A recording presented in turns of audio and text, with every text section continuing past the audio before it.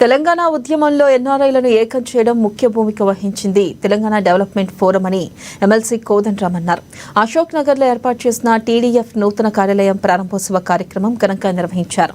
అయితే ఈ కార్యక్రమానికి ముఖ్య అతిథిగా హాజరైన MLC professor Kodandaram press academy chairman K Srinivas రెడ్డితో కలిసి ప్రారంభించారు.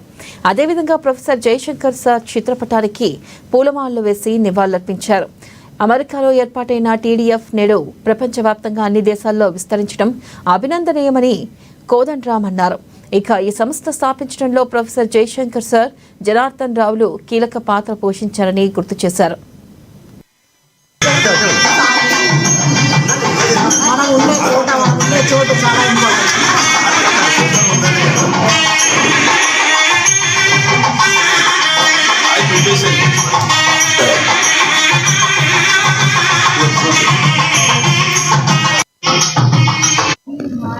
ముందైతే ఇది అమెరికాలోని ఎన్ఆర్ఐలు ఏర్పాటు చేశారు, కానీ ఇవాళ ప్రపంచవ్యాప్తంగా అనేక దేశాలకు అది విస్తరించింది. టీడీఎఫ్ మొత్తం ఎన్ఆర్ఐలను ఏకం చేసి తెలంగాణ ఉద్యమంలో వారిని భాగస్వాములను చేసింది. ఈ ఉద్యమం చాలా ఈ సంస్థ ఏర్పాటులో జయశంకర్ సార్, కీర్తిశేషులు జనార్దన్ రావు గారు చాలా కీలక పాత్ర పోషించారు.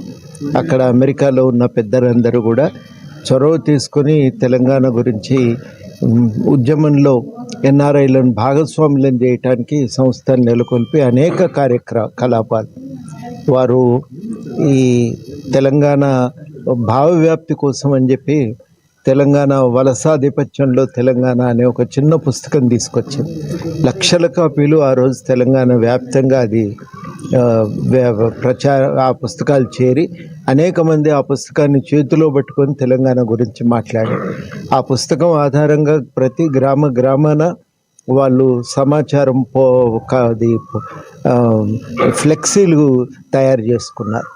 అట్లా అది ఒక కీలక పాత్ర పోషించింది. అమెరికాలో కూడా తెలంగాణపై సెమినార్లు పెట్టిండ్రు, బతుకమ్మ పండుగలు నిర్వహించిండ్రు. ఇక్కడ కూడా అనేక మంది రాజకీయ నాయకులతో మాట్లాడిండ్రు.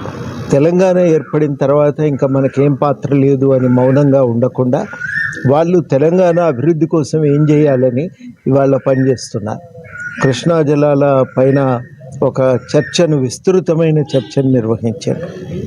గెజిట్ కేంద్ర ప్రభుత్వం విడుదల చేసినప్పుడు దానిపైన అనేక ప్రాంతాల్లో చర్చ జరిగింది. అదేవిధంగా తెలంగాణ విద్యారంగ స్థితిగతుల మీద చర్చ చేసి ఒక మంచి నివేదిక తీసుకొచ్చింది. ఇప్పుడు తెలంగాణలోని చిన్న పరిశ్రమల అభివృద్ధి కోసం ఏం చేయాలనే కామారెడ్డి జిల్లా ఎల్లారెడ్డి